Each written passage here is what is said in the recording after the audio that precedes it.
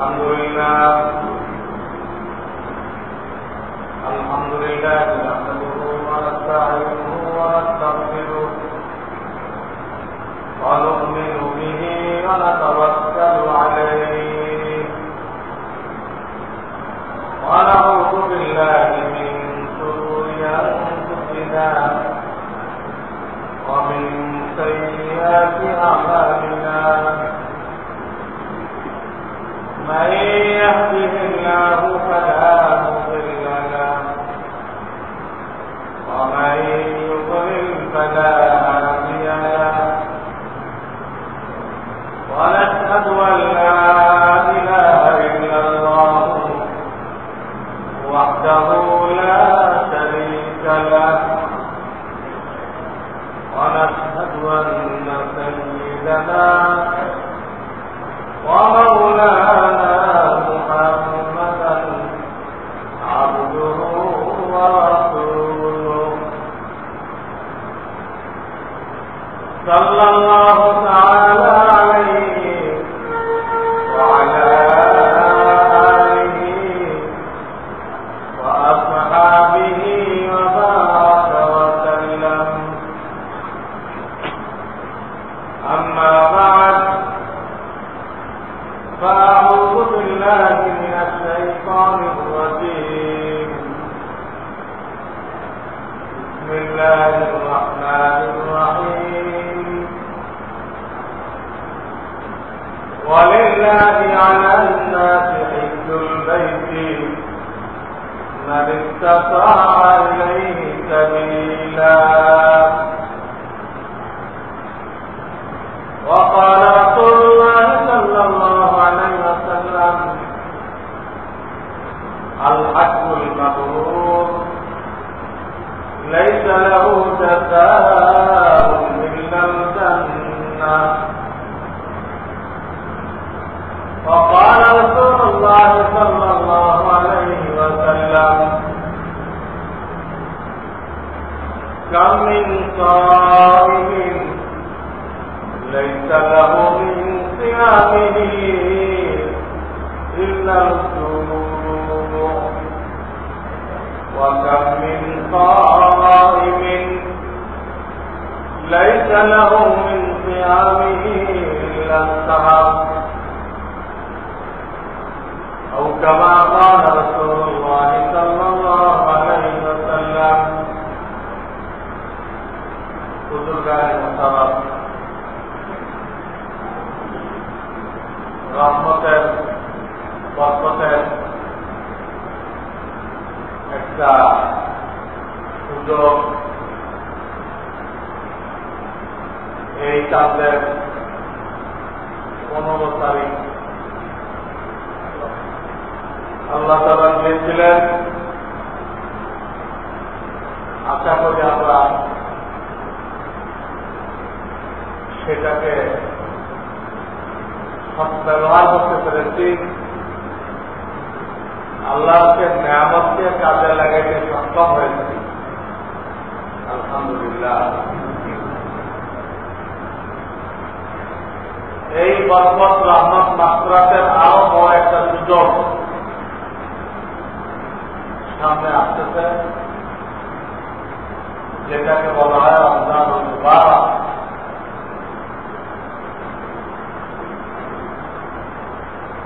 তার 2 মাস পরে রহমত বরকতের আরেকটা সুযোগ আল্লাহ তাআলা রেখেছেন, জিলহজ মাস। অনেকে হজ ওমরার মাধ্যমে ওই সুযোগকে গ্রহণ করবেন, অনেকে নিজের দেশে থেকে রোজা, কুরবানি ইত্যাদির মাধ্যমে ওই সুযোগকে গ্রহণ করবেন। আল্লাহ রাব্বুল আলামিন আমাদের সকলকে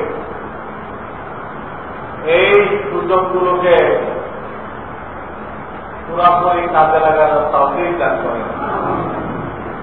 কাছাকাছি কয়েকটা সুযোগ, এদিকে সবাই পড়ার জন্য, এদিকে রমজান, লাইলাতুল কদর রমজান আবার লাইলাতুল কদর, এরপরে আবার হজ আছে। রমজান আর হজ সম্পর্কে বলা হয়েছে যে আল্লাহর ওলি হওয়ার জন্য শর্ত,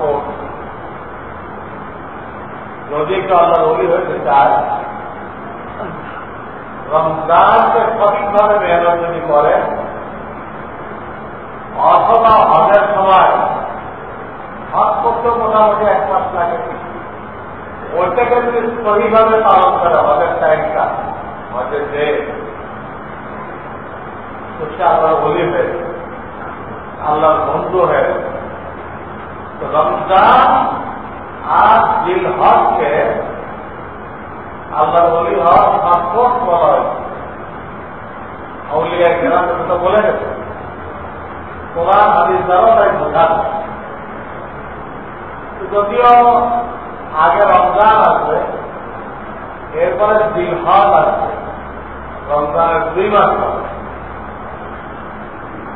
তবু আজকে আমি হজ সম্পর্কে এই জন্য আলোচনা এনেছি যে বাস্তবে যত পরে আসবে, কিন্তু যদি কেউ সুযোগ দিতে চায় তো ব্যবস্থা গ্রহণের টাইম এখন। এরপরে হজের সুযোগ দিতে চাইলেও সুযোগ থাকে। বাংলাদেশ সরকার পছন্দ দিয়েছিল এই 14 মাসের 15 তারিখ পর্যন্ত মোয়াল্লেম ফি দেওয়া ছিল। এরপরে বন্যা ইত্যাদির কারণে টাইম বাড়ে এই মাস পুরা দিল। এরপরে আমার লক্ষ্য করল যে কিছু কাজে কাজে এগুলোর কারণে, আবার এই মুক্তি কাটার কারণে অনেকেই টাকা জমা দিতে পারে নাই। এই জন্য সামনের যে ইংরেজি মাস আসতেছে, এই মাসের 3 তারিখ পর্যন্ত আমার সময় বাড়াই। এর ভিতরে মোয়াল্লেম ফি জমা না দিলে এই সামনের হজের মধ্যে তারা চান্স নিতে পারবে না। এই কথাই বলতে চাইলাম, হজ আসতে তো পরে, কিন্তু দায়িত্ব হবে আপনাকে এক্ষুনি মোয়াল্লেম ফি জমা দিতে হবে। আপনাকে মানসিকভাবে প্রস্তুতি নিতে হবে, কিন্তু কাজ অ্যাডভান্স করতে হবে। এই দিকে লক্ষ্য রেখে আমি হজের কিছু আলোচনা শুরু করি। তা না হলে এখন আলোচনা হওয়ার দরকার রমজানের প্রস্তুতি, রমজানের মশলা মাসাইল কি, যেগুলো জানলে রোজা এবং তারাবিহ সঠিকভাবে হবে। আমরা এই রমজান মাসের দ্বারা আবার ওলি হইতে পারবো, জান্নাত মঞ্জুর করাইতে পারবো, এবং রসুলের বদদুয়া থেকে বাঁচতে পারবো। কয়েকটা হাদিসে রসুলের বদদুয়া কথা, রমজান মাস পাওয়ার পরও যারা কাজে লাগাইল না, জান্নাত হাসিল করতে পারল না, এদের জন্য আল্লাহর হুকুমে আমাদের প্রিয় নবী মুহাম্মদ রাসূলুল্লাহ সাল্লাল্লাহু আলাইহি ওয়াসাল্লাম, যিনি রাহমাতুল আলামিন, পুরো বিশ্ববাসীর জন্য রহমত, তিনি পর্যন্ত দোয়া করতে বাধ্য হয়েছেন। এটা আল্লাহর অর্ডার। কি করতেন? আল্লাহর অর্ডার। বাকি এই বদদোয়াটা একই শুধু রহমত। ছেলে উল্টা পাল্টা করলে বাপে অনেক রকম পড়াগড়ি করে, যদিও বাহ্যিকভাবে পড়াগড়ি, তো ওটা কিন্তু মূলত রহমত।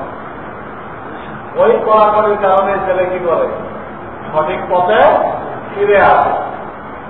দেখতে না পড়াগড়ি, আসলে কি পড়াগড়ি? ওটাও আপদ। দুধের বদয়া করছে, অনেকে প্রশ্ন করে দয়া হবে বদয়া কেন করছে? ওদের এই বদয়াটাও দয়া। কেমনে? এই বদয়ার ডরে অনেকে ঠিক হয়ে যাবে। সে রমজানকে কাজে লাগে, রমজানে হারাম কাজ করবে না, তো বদয়ার ডরে তো সে রমজানকে সঠিকভাবে করলো, করে আল্লাহ নেয়ামতকে কাজে লাগাইল, তো বদয়া না করে যে ভয় পেত না, এটাও করবে। অনেক বদয়া দেখা যায় বাস্তবিকভাবে বদয়া, কিন্তু বাস্তবে ওইটাও দয়া। ওর অসিলায় আমরা সঠিক রাস্তায় ফিরে আসি। আমরা আসতাম মানুষের রথ টেরা, ওই টেরা বাজারের জন্য বদয়া ফিরে আসার জন্য খুব ভালো অংশ। এইদিকে চিন্তা করলে এটাও রথ। এই জন্য রমজানকে কিভাবে পালন করলে আল্লাহ ওলি হওয়া যাবে, আল্লাহ রসুলের বদয়া থেকে বাঁচা যাবে, মূলত এটাই আমার এখন বয়ান হবে। রমজানের আগে যে জুমাগুলো আছে এটাই আলোচনা হবে। কিন্তু যেহেতু হজের আর সুযোগ থাকতেছে না, এই জন্য আমি হজের কিছুটা মশলা কাজ দেওয়া জরুরি মনে করি, যাতে করে এখনো যদি কেউ প্রস্তুতি না নিয়ে থাকে, অথচ তার উপরে হজ খরচ এইটাও তার খবর নেই, তার উপর যে হজ খরচ হয়ে যাচ্ছে এটাও সে জানে না, বেমালুম, এটাও খবর নেই। তাদের মশলা আলোচনা হলে সে নিজের অবস্থান সম্পর্কে বুঝতে পারবে, তখন সে সুযোগ দিতে চাইলে এখনো 3 দিন সময় আছে, এখনো 3 দিন সময়। তো হজ ইসলামের যে বুনিয়াদী বিষয়গুলো, কালেমা, নামাজ, রোজা, হজ, যাকাত, তার মধ্যে একটা বিষয় হল হজ। এটা অন্যতম একটা ফরজ, ইসলামের স্তম্ভ। ফজিলত অনেক বেশি। হাদিসে আসছে যে হজ্জে মাবরুর, মাকবুল হজ যদি কেউ করে তো আল্লাহ রাব্বুল আলামিন তাকে নিষ্পাপ করে দেশে ফিরাই নিয়ে আসেন। মায়ের পেটের থেকে শিশু যেভাবে নিষ্পাপ হয়ে জন্ম লাভ করে, হাজী সাহেবরা এরকম নিষ্পাপ হয়ে দেশে ফিরে আসে এবং তার জন্য জান্নাত অবধারিত হয়ে গেছে। যদি সে হজের করে কায়েম থাকতে পারে, জান্নাত অবধারিত। কেউ কায়েম থাকলো না, তার মুখ হয়েছে তো সাংঘাতিক ক্ষতি গেল, সাংঘাতিক ক্ষতি গেল। আবার না করলে হজ খরচ হয়ে গেছে কিন্তু করল না, অলসতা করল, তার জন্য সাংঘাতিক হুমকি আছে। হুমকি হুমকি আসছে।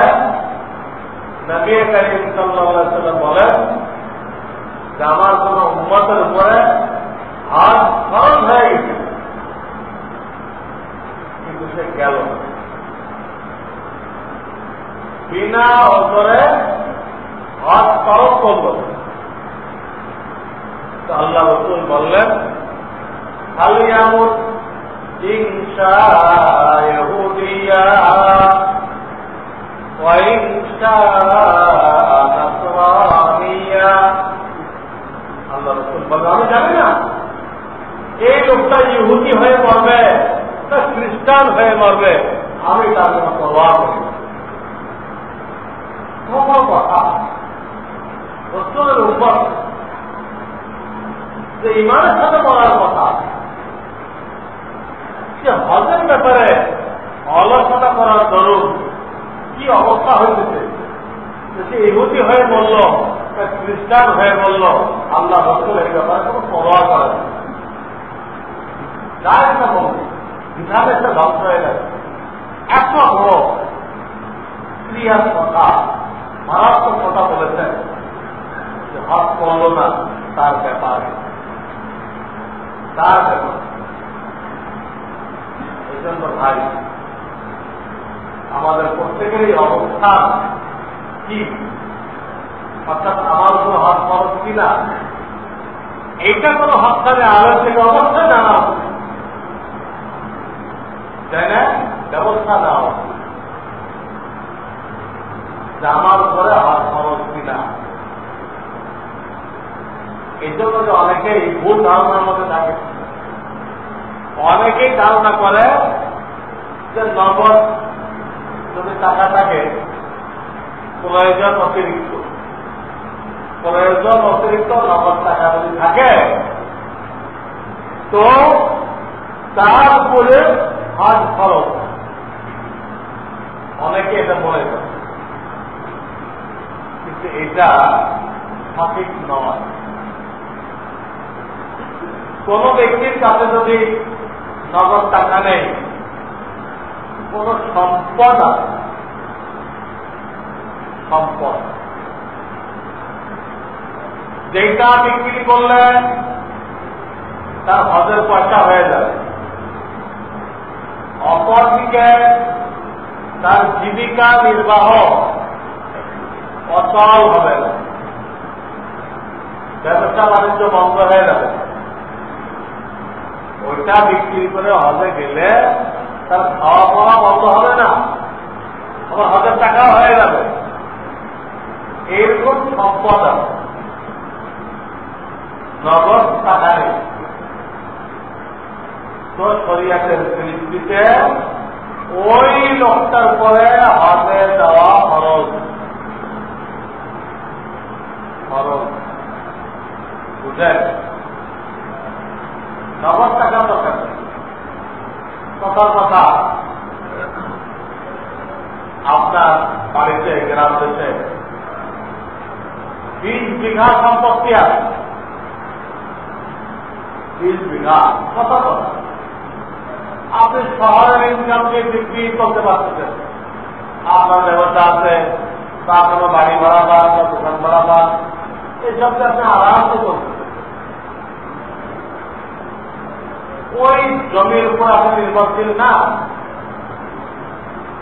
এইখান থেকে 2-4 বিঘা যদি তো বিক্রি করে না তাহলে টাকা হয়ে যায়। আবার আপনার জিন্দগি যাপন করা কঠিন হয়, আগের মতো চলতে থাকে। এইরকম মুহূর্তে আপনার জন্য খরচ, ওখান থেকে কিছু জমিন বিক্রি করে হজ করে আসে, খরচ আপনার এইরকম যে কোনো সম্পদ হতে পারে। আপনার বাগান আছে, আপনার একটা বাড়ি আছে, আপনার একটা গাড়ি আছে, সেটা পরে থাকে, কখনো কখনো কাজে লাগে, নয় কাজে লাগে, অনেক কিছু থাকবে, অনেক কিছু এরকম থাকতে পারে যেটা বিক্রি করলে আপনি রিজিকের ব্যাপারে বিপদগ্রস্ত হবেন না, আমার 1000 টাকা হয়ে যাবে। তো শরীয়তের মশলায় ওটা বিক্রি করে হজ করে আসতে হবে, তা না হলে রিস্ক হজ করতে গেলেন না, সেদিকে মারা গেলেন। আজকাল তো তখন মারা যাচ্ছে, হার্ট অ্যাটাক মারা যাচ্ছে, অ্যাক্সিডেন্টে মারা যাচ্ছে, মারা গেল। কি হলো? ইহুদি হয়ে মারা গেল, খ্রিস্টান হয়ে মারা গেল, আল্লাহ রসুল কোন তওবা করে না। এই জন্য আপনাকে মাসলাতে আসতে হবে, আপনার পজিশন। এটা দেখলে বহু লোকের উপর হাত খরচ হবে, তার খবরই নেই। বহু লোকের উপরে টাকা খরচ হবে, যার খবরই নেই। তারপরে টাকা খরচ হয়ে আছে, তার কোনো খবরই নেই। এই জন্য প্রত্যেকের উচিত তার সম্পদের পজিশন কোন মুক্তির কাছে বলা, মুক্তি আপনার সম্পদ নিয়ে দেবে, ভয় পাবেন। সম্পদ জিনিস করবেন, তার কোনো ফিক্স হবে, আপনার সম্পদ নেওয়া তো দূরের কথা, কিছু পাবে না, কিন্তু আপনার অবস্থান বলে দেবে এই অবস্থায় আপনার উপরে হজ খরচ কিনা, আপনার জাকাত খরচ কিনা, মাসলা আপনাকে বলে দেবে। তখন আপনার জন্য ব্যবস্থা দেওয়া সহজ। এই একটা কথা, নগদ টাকার দরকার নেই, বাড়তি সম্পদ থাকলে তার উপরে হজ খরচ হয়ে যায়। এই একটা মশলা বেড়ে বেড়ে বসায় রাখে। তৃতীয় মশলা, যে বছর হজ খরচ হবে সেই বছর যাওয়া ওয়াজিব। যে বছর আপনার উপরে হজ খরচ হয়ে যাবে বাড়তি সম্পদের কারণে, ওই বছর হজে যাওয়া ওয়াজিব।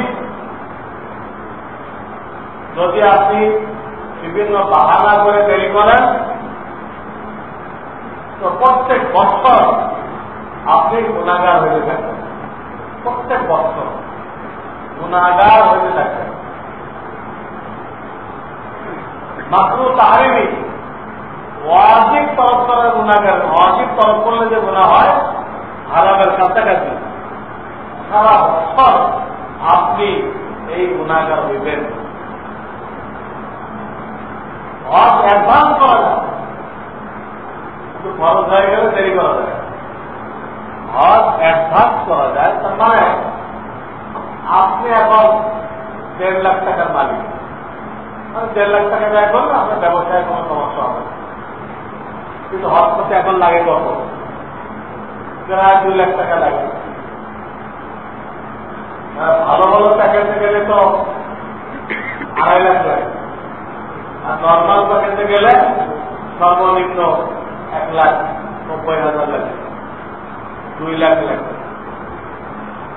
তো আপনার ব্যবসার পুঁজির বাইরে 1.5 লাখ টাকা, তাহলে এখনো আর অন্য কোনো সম্পদ বাড়তি নেই, এখনো হজ খরচ বলা যাইতেছেন আপনার, কিন্তু আপনি অ্যাডভান্স করতে চান, তো শরিয়াতে অনুমতি আছে এবং আপনার খরচ আদায় হয়েছে।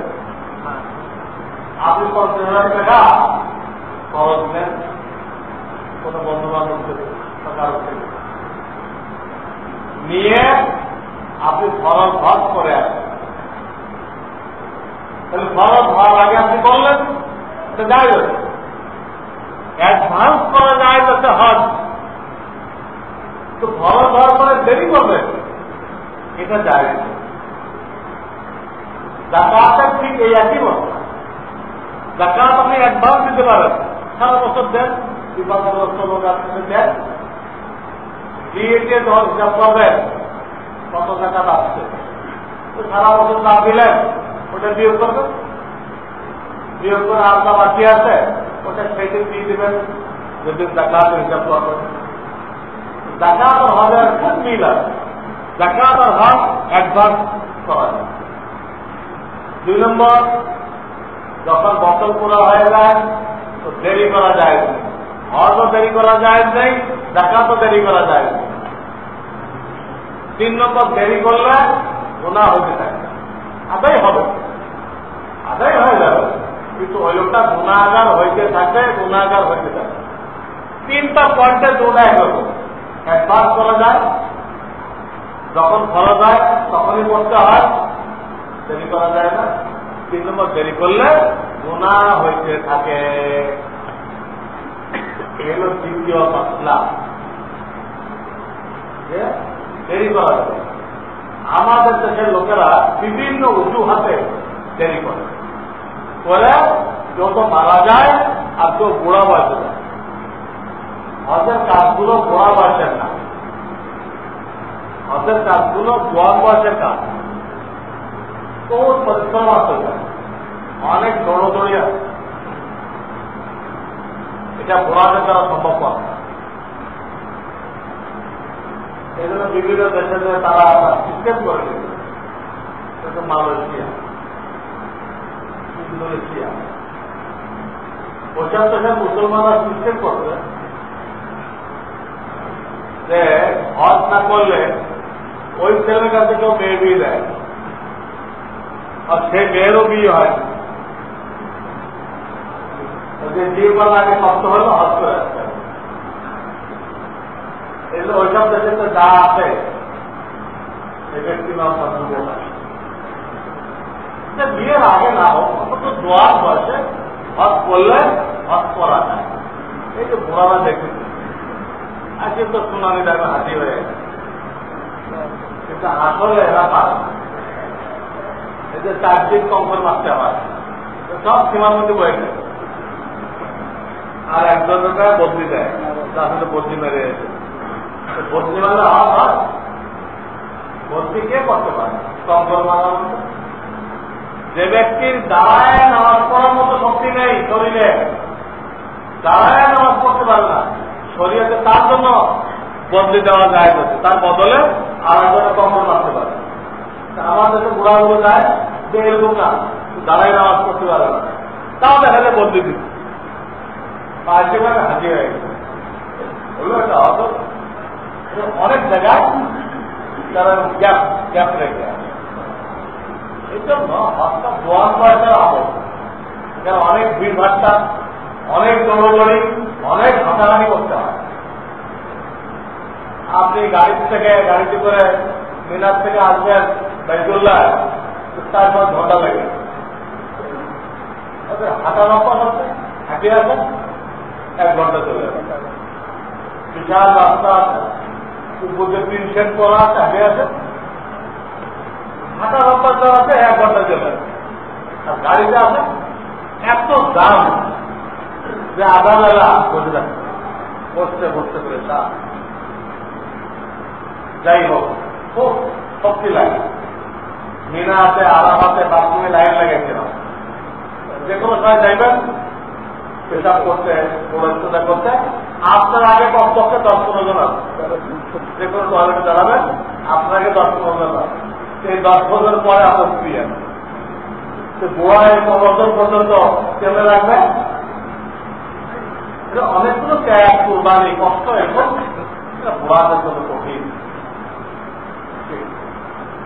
তো বলতেছিলাম যে আমাদের দেশের লোকেরা বিভিন্ন বাহান আছে, দেরি করে, এতে সে গুণাগার। কেউ বাহানা দেখায় তার বিল্ডিং ম্যানেজমেন্ট যেন কমপ্লিট হয়নি, আরে 1 মাস বন্ধ থাকুক, আপনি বিল্ডিং ম্যানেজমেন্টে ইউজি হয়ে পড়বেন, বিল্ডিং হোক। কেউ বাহানা দেখায় তার মেয়েটার বিয়ে হয়নি, দেন আমাকে দেরি করে, অনেক বাবারা দেরি করে গেল ওই পয়সার লোক, এমন থেকে বিয়ে দিবে কিছু পয়সা করে পাওয়া। এইগুলো মেয়ে বলছেন আপনি, ছেলের তো পয়সা উসুল করবেন না? শরিয়াগুলো মেয়ে মাপতে করছে যে একটা মেয়ে পাবেন বেস্টের সার্টিফিকেট, বেস্টের সার্টিফিকেট হিসেবে মেয়ে মাপতে করছে। আপনি আরেক বেলাতে পয়সা কালেকশন করবেন, মেয়ে পাচ্ছেন। ছেলেওয়ালারও টেন্ডেন্সি, মেয়েওয়ালারও টেন্ডেন্সি।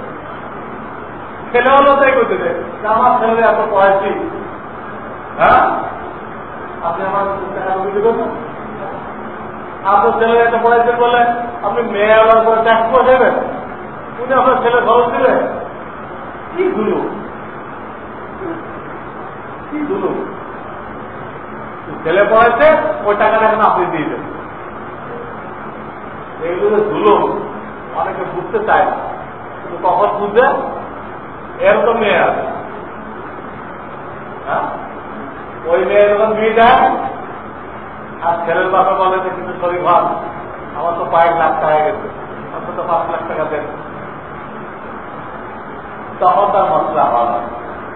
আমি যে চাইছিলাম আমার কাছে যা ছিলেন সব দিয়ে দেবেন। পুরো সমাজ কিন্তু এইভাবে চলছে, পুরা সমাজ এইভাবে চলতেছে।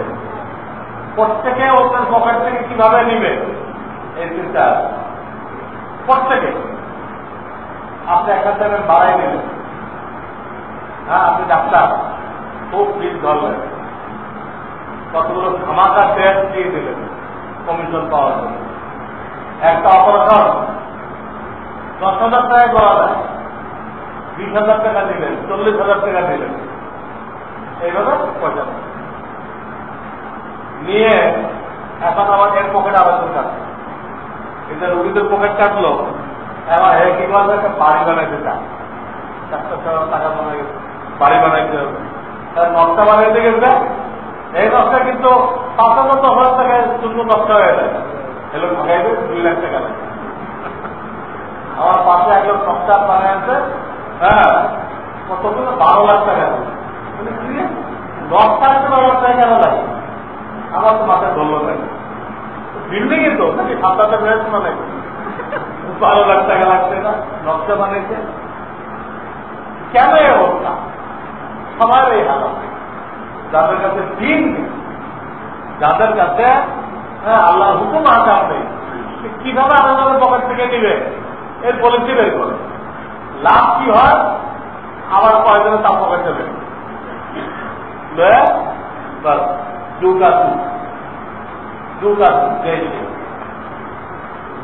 কুরবানি আগের যুগে ছিল, কুরবানি ত্যাগের মাল, ত্যাগের যোগ্যতা আগের যুগে ছিল।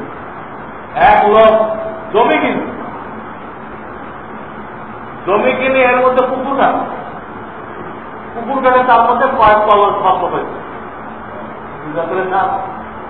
আগে এর মধ্যে জমি কিনছে, এতগুলো কলস স্বর্ণ মুদ্রা, এগুলো তো কোনো কথা হয়নি, সব রয়ে গেছে কোথায়, জমিনালের বাড়িতে ভাই, এগুলো তো কোনো কথা হয় নাই, তাহলে আপনাকে ফেরত দিয়ে দেবে। দেওয়া নাই, আমি তো কখন চালু নিব না।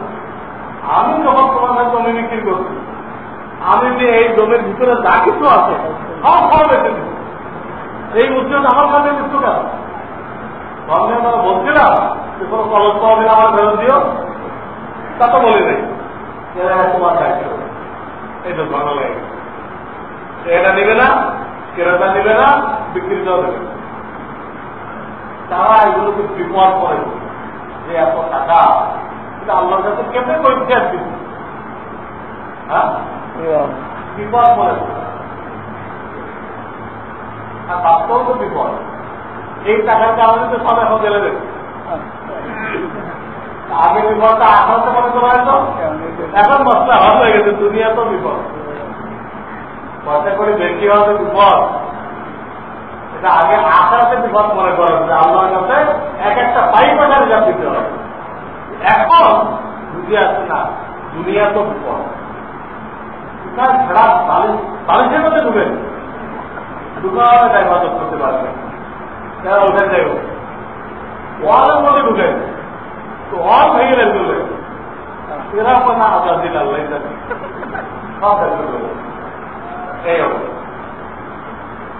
কি সুখ শান্তি, 12 বছর 13 বছর জেল হয়, কি সুখ শান্তি।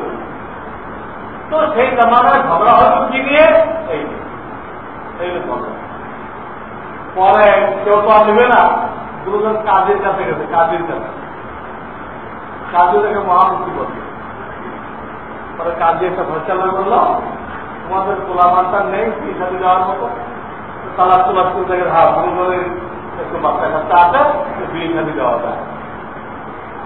কাজটা কোনো ফয়সালা দিল, তোমাদের ছেলেমেয়েরা আপনাদের যা আছে বিয়ে দাও, দিয়ে এই সম্পদ দিয়ে তাদের বাড়ি করে দাও, ব্যবসা পুঁজি দিয়ে দাও, দিয়ে ওদেরকে স্টাবলিশ করে দাও।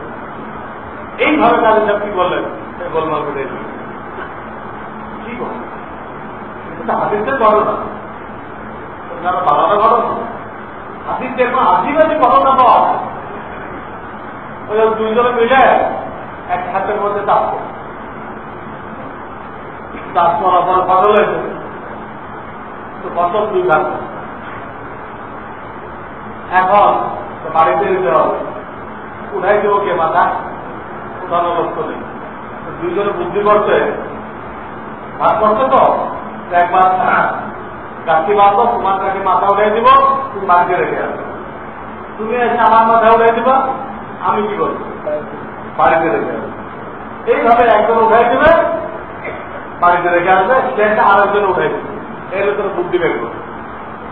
এই অনুযায়ী কি হয়েছে, গাছটি বেঁধে বেঁধে একজন আমাদের মাথা উঠাই দিচ্ছে, অন্য বাড়ি চলে এসেছে, এদিক দিয়ে দেওয়া যায় রয়েছে, এই করতেছে কি দুই ভাগ করছে না, নিজের ভাগের তো নতুন লয়ে ওখানে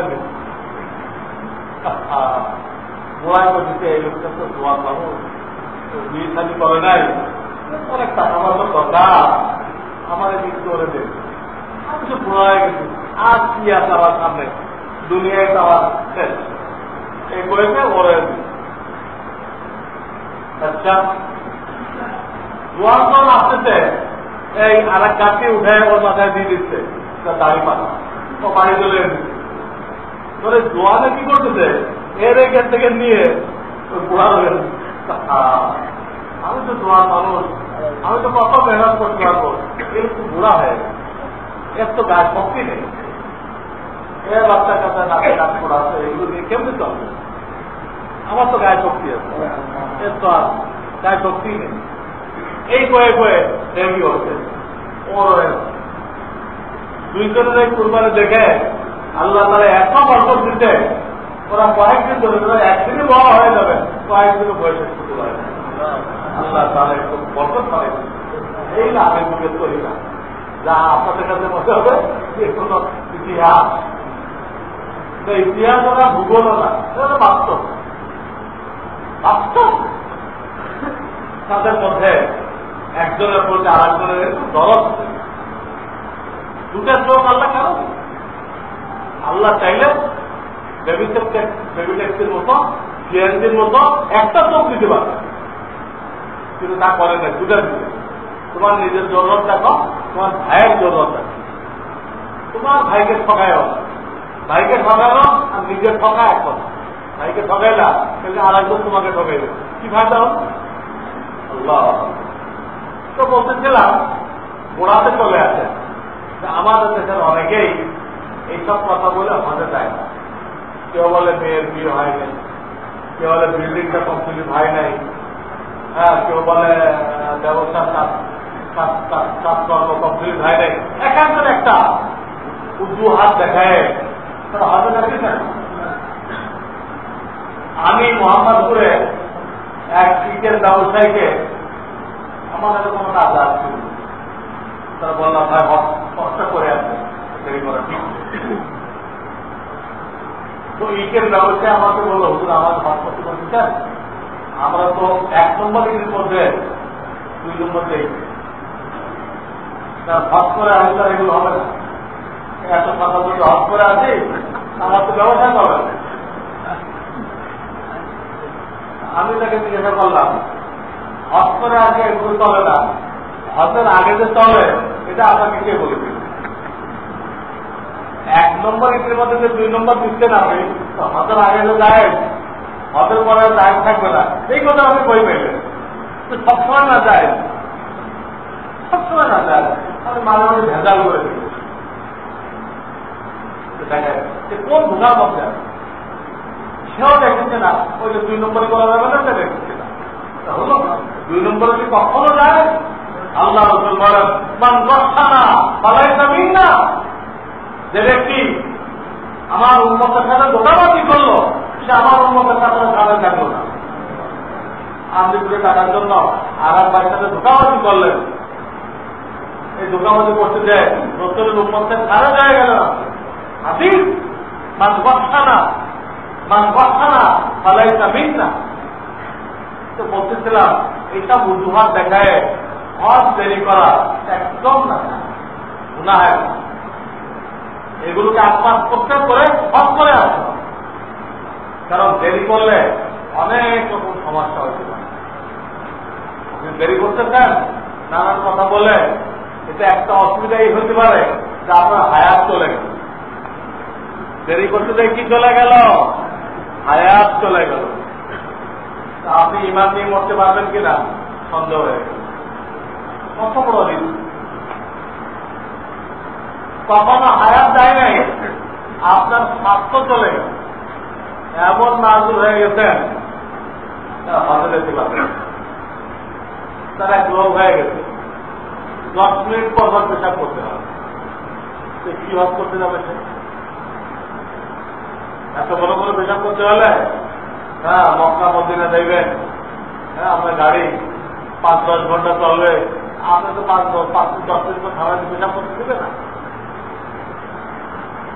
এর অসুস্থতা হয়ে গেল, সফর করতে পারে না, আরো যে কোনো রোগ হইতে পারে, প্যারালাইসিস হয়ে গেছে, কত কিছু হইতে পারে।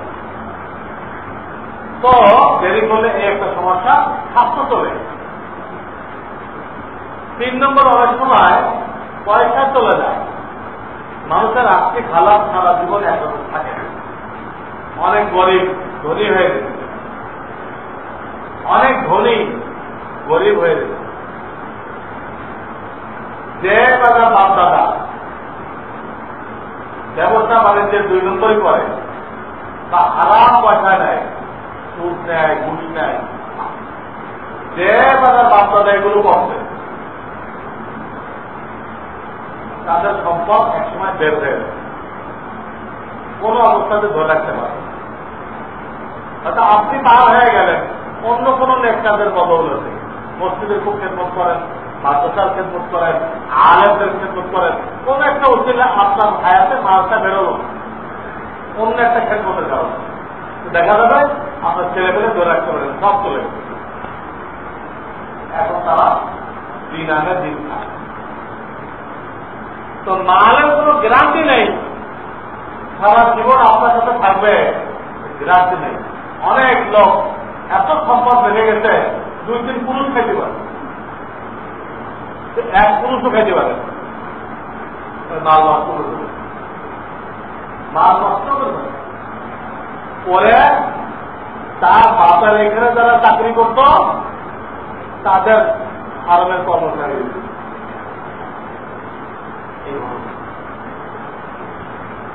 বাপের ফার্মে যারা চাকরি করত ছেলে এখন ওই কর্মচারীর ফার্মে কি করতেছে, চাকরি করছে। মালের সকালে আসে বিকালে মাল চলে যেতে পারে। আপনি এখন হজে গেলেন না, পরে মাল চলে গেল, এই যে হজ খরচ হয়েছে ওটা তখন কি হবে, ওটা কি মাপ হয়ে যাবে? একবার হজ খরচ হইলে যদি মাল চলেও যায় মাপ হবে না, কিন্তু খরচ কিন্তু আপনার দায়িত্ব থেকে যাবে। তখন আপনি কি করবেন? দেখেন দেরি করলে কত সমস্যা, হায়াত চলে যেতে পারে, স্বাস্থ্য চলে যেতে পারে, মাল চলে যেতে পারে। এইগুলো শরিয়াতে এই সমস্যাগুলো এড়ানোর জন্য, ট্যাকেল দেওয়ার জন্য এই মশলা জারি করতে, যে বছর খরচ হয়েছে এই বছর যাও, যাতে এই সমস্যায় না আসতে পারে। এই মশলা আপনারা সামনে রাখেন, অন্য ভাইকে বলেন, অন্য ভাই আমার কথাগুলো আপনারা মেহরবানি করে অন্য ভাইকে বলবেন, যার সাথে দেখা হোক। এখন তো আমরা খালি রাজনৈতিক আলোচনা করে সময় নষ্ট করি, যার কোনো জবাব নেই, খালি পরীক্ষা দিতে আলোচনা, যে আলোচনাটা করছিলে কি ফায়দা হচ্ছে, যে আলোচনা করলে কি ফায়দা হচ্ছে। আমরা যে আলোচনা করতেছি কোনো জবাব নেই, পরীক্ষা দিতে পারি। তাহলে এখানে সব আলোচনা করতেন, তারা আল্লাহ রসুল থেকে যে কথাগুলো শুনতেন ওইগুলো আলোচনা করতেন। আপনাদের কথাগুলো শুনবেন, এগুলো অন্য ভাইদের কাছে বলবেন, যতদূর করেন। এখানে আসল কাজ প্রত্যেক মুসলমানের দায়িত্ব, দিনের যা কথা জানা হয়ে গেছে অন্যকে দাওয়াত দিতে হবে, বহুত জরুরি কাজ। তাদের দেরি না করা, যাদের খরচ হয়ে গেছে তারা এই বছরের জন্য প্রস্তুতি নিয়ে নেয়। আর একটা মশলা এই, যদি কেউ সত্যি মাহুর হয়ে গেছে, যখন খরচ ছিল তখন সে যায় নাই, পরে যাবে মনে করছে, কিন্তু পরে শারীরিক ভাবে অক্ষম হয়ে গেছে, তার মশলা এই যে 1000 টাকা পৃথক করে দিবে এবং ছেলে পেলে আত্মীয় স্বজনকে অস্বীকার করে যাবে যে তোমরা নিজেরা ব্যয় হোক বা কোন আলেমকে পাঠায় হোক, জেনে হোক, এই টাকা রেখে গেলাম, আমার পক্ষ থেকে হজ করে দিবা। টাইম মতো দায় নেয়, এখন মাহুর হয়ে গেছে, তার দায়িত্ব টাকা দিয়ে দেওয়া, ওসিয়াত করে দেওয়া। তাহলে ছেলেদের উপরে ওই বাপের টাকা দিয়ে কাউকে বদলি হজে পাঠানো ছেলেদের ফরজ হয়ে যাবে। দায়িত্ব হয়ে যায় করা হয়। এখন আসেন, কোন ব্যক্তি এই দায়িত্ব পালন করে যায় নাই, নিজেও টাইম মতো হজ করে নাই, জানতেও না, অনেক তো জানেও না, আপনারা কয়েকজন জানেন। এখন আপনি চিন্তা করবেন হুজুর যে মশলা করলো আমার ঘর ভালো হয়ে গেল, আমাদের বাচ্চাটা তো এই মশলাই ঢুকে, আমি এখন যে মশলা করেছি এরা তো শোনেই নাই, না শুনে মারা গেছে তার। এখন আপনি যেহেতু দেখেন আমার বাবার মতো বরফ ছিল, ওনার কাছে জমা করে ছিল, কিন্তু বরফ হয়, কিন্তু ওসিয়াত করে যায়, টাকাও রেখে যায় না। যদিও শরীয়তের ভিত্তিতে এখন আপনি ছেলে, আপনার উপরে খরচ নয়, কিন্তু আপনার আব্বা যেহেতু বন্দী আছে, হজ না করে বা কারণ হজ না করা মানে আল্লাহর কাছে ঋণী, হজ না করে বললো, হ্যাঁ, নামাজ না পড়ে বললো, রোজা না আগে মরে গেল, তো আল্লাহর কাছে ঋণ। কেউ যদি আল্লাহর কাছে ঋণী থাকে বা বান্দার কাছে ঋণী থাকে, তো সে কবরের জগতে দেয়, তার নেক্সট কাজের সুফল সে পায় না, নেক্সট কাজের সুফল পায় না, তাকে বড় বড় শিকল দিয়ে এক জায়গায় বাইরে রাখা হয় বন্ধু, যতক্ষণ পর্যন্ত তার ছেলেরা, তার ওয়ারিসরা ওই ঋণটা পরিশোধ না করে। এখন আপনার বাপ, আপনার দাদা, আপনার নানা, তারা হজ না করে মরে গেছে, তো সে ব্যক্তিগত ভালো ভালো ছিল, কিন্তু এখন তো সে বড় বড় শিকলের মধ্যে বন্দী হয়ে আছে, তার নেক্সট কাজের সুফল পাইতেছে না। আপনার উপরে খরচ না, কারণ সে টাকা রেখে যায় নাই, ও কেয়ার করে যায় নাই, বুঝলাম খরচ না, কিন্তু ছেলে হিসেবে আপনার কি নৈতিক দায়িত্ব নেই? বাপকে আল্লাহর জেলখানা থেকে মুক্ত করা আপনার কি দায়িত্ব নেই? আপনার দায়িত্ব। আপনি ভাই বোনকে বুঝায় সকল থেকে কিছু কিছু টাকা নিয়ে ব্যবস্থা করেন, কেউ যদি না দেয় আর আল্লাহ আপনাকে তৌফিক দিয়ে থাকে, আপনি একাই ব্যবস্থা করেন, ব্যবস্থা করে বাপকে আল্লাহর জেলখানা থেকে বের করার ব্যবস্থা করেন। শরীয়তে ফরজ করে নাই যে তুমি ওসিয়াত করে যান নাই, কিন্তু আপনার তার নৈতিক দায়িত্ব, ছেলে হিসেবে আপনার দায়িত্ব। পর আমি বলবো, বাপ মা ইন্তেকাল করে গেলে বেঁচে থাকলে 7টা দায়িত্ব, মরে গেলে আর 4টা দায়িত্ব। ওই ব্যাখ্যাটা এখন যাচ্ছি না, কথা বলতে আমি বললাম, বাপ মা বেঁচে থাকলে 7টা দায়িত্ব, মরে গেলে আর 7টা দায়িত্ব। ওই 7টা দায়িত্বের মধ্যে একটা পয়েন্ট আছে, বাপ মা যদি আল্লাহর কাছে ঋণী থাকে বা বান্দার কাছে ঋণী থাকে, ছেলে পেলেদের দায়িত্ব ওই ঋণটা মুক্ত করার ব্যবস্থা করে। বাপ্পার একটা পাওনা ছেলের, সেই হিসেবে আপনি এই ব্যবস্থা করবেন। সবাই শরীর হলে ভালো না আপনি করবেন, করে বাপ্পাকে উদ্ধার করবেন। কারণ ঘর যত কঠিন, যেটা না করলে ইহুদি হয়ে মারা গেল, খুব কঠিন, সিরিয়াস। এই সিরিয়াস আযাবকে বাঁচানোর জন্য আল্লাহ তাআলা আবার সাংঘাতিক ছাড় দিচ্ছেন, যেহেতু শাস্তি মারাত্মক, এই জন্য আল্লাহ তাআলা ছাড়ও দিচ্ছেন বেশি। কেমনে ছাড় দিলেন? এইভাবে ছাড় দিচ্ছেন, সে ওসিয়াত না করে টাকা পয়সা না রেখে মরে গেছে, তার ছেলেবেলে কেউ বদলিভাগ করে দিল, তার ছেলেবেলে বলল না, তার কোন বন্ধু বান্ধব, তার কোন মহাব্বতের লোক তার পক্ষে করে দিল নিজের টাকা, ওই লোকের টাকা না, যে মরে গেছে তার টাকা না, নিজের টাকা দিয়ে করে দিল। দেখেন আল্লাহ কতটা ভাব দিল। কিতাবে লিখে যে আল্লাহর দরবারে আশা করা যায় যে আল্লাহ ওই ব্যক্তিকে জেলখানা থেকে মুক্ত করে দিবে। সে জীবনে পড়েও যায় নাই, ওসিয়ত করা যায় না, ছেলে পেলেরা করতেছে বা তার কোনো বন্ধু করতেছে, তাদের পয়সা দিয়ে যেমন কঠিন তেমন আল্লাহ ছাড় দিবে, যাতে এই কঠিন থেকে সবাইকে বাঁচানো যায়। কঠিন শাস্তি থেকে বাঁচানো যায়, তার বন্ধুও যদি করে যায়, তার মহাব্বতের লোকও যদি করে যায়, তো আল্লাহ তাআলা ওই ব্যক্তিকে মাফ করে দিবেন। আমি মোটা মোটা কয়েকটা মশলা বলে দিলাম যে বার্ষিক সম্পদ থাকলে কি হয়, হজ ফরজ হচ্ছে না। 2 নম্বর কি বলছি, যে বছর ফরজ হয় সে বছর দেখতে হবে, দেরি করলে গুনাহ হবে। 3 নম্বরে বলছি যদি কেউ দেরি করার কারণে মাসুর হয়ে যায় তো সে অস্বীকার তো করে যাবে, টাকাও রেখে দেবে।